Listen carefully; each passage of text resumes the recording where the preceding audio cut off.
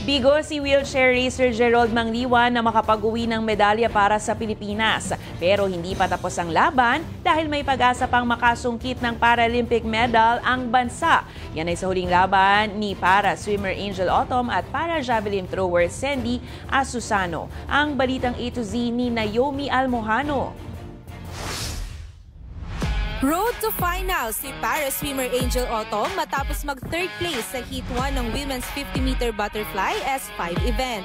Nakapwesto siya sa ikalima sa kabuang ranking sa oras na 46.85 seconds.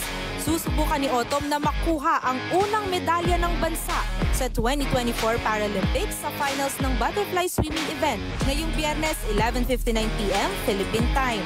Magandang laban naman ang ibinigay ni wheelchair racer Gerald Mangliwan kahit pabigo siyang makaabante pa sa finals. Sa oras na 19.44 seconds, nagtapos si Mangliwan sa ika-6 na pwesto sa Heat 1 at ika-12 sa kabuang rankings ng men's 100-meter T52 event. Samantala, may isa pang pagkakataon ang Pilipinas. Handa nang magpakitang gilas si para-javelin thrower Sandy Asusano, ang huling atleta ng bansa sa Paralympics. Ngayong Sabado, September 7, ganap na alas 4 ng hapon ang laban ni Asusano sa Women's Javelin Throw F54. Kaya naman, laban Pilipinas! Para sa Balitang A to Z, Naomi Almojano.